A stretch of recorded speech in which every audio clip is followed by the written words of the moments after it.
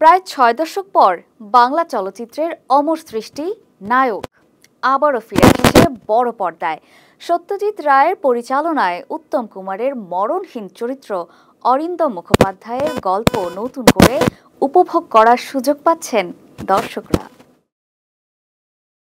এই বিশেষ মুক্তি নতুন প্রজন্মের পাশাপাশি আগের দর্শকদেরও এক বিশেষ অভিজ্ঞতা উপহার দেবে, যা এই ক্লাসিক ছবিটির প্রতি নতুন করে ভালোবাসা তৈরি করবে।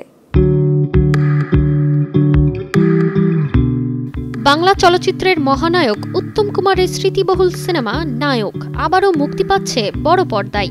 সত্যজিৎ রায়ের এই কালোজয়ী ছবি আগামী ২১ ফেব্রুয়ারি কলকাতার প্রিয়া প্রেক্ষাগৃহে দেখা যাবে। প্রায় ৬ দশক পর ছবিটি আবারও প্রেক্ষাগৃহে মুক্তি পাচ্ছে এবং এবারের মুক্তিতে ছবিটি 2K ভার্সনে পুনরুদ্ধার করা হয়েছে। এবারের বিশেষ আকর্ষণ হলো ছবিটি ইংরেজিতে সাবটাইটেলস সহ মুক্তি পাবে, যা এটিকে বাঙালি দর্শকদের পাশাপাশি আন্তর্জাতিক সিনেমা প্রেমীদেরও কাছে পৌঁছে দেবে।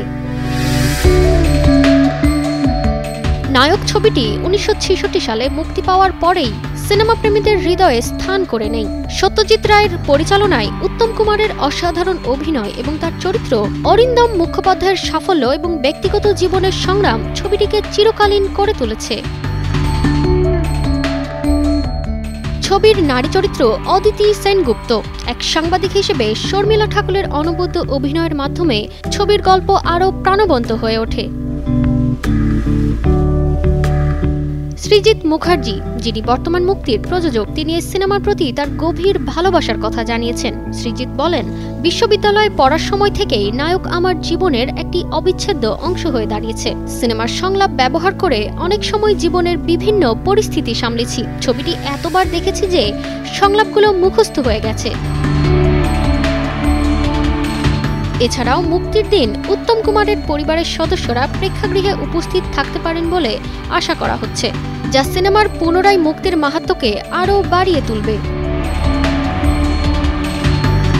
নায়ক ১৯৬৬ সালে বার্লিন ফিল্ম ফেস্টিভ্যালে একাধিক পুরস্কার লাভ করেছিল।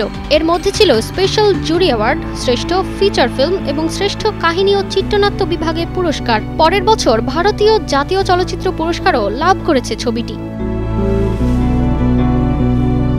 এবার এই সিনেমা নতুন প্রেক্ষাগৃহে মুক্তির মাধ্যমে নতুন প্রজন্মের দর্শকদের কাছে পৌঁছাবে একেবারে নতুন রূপে।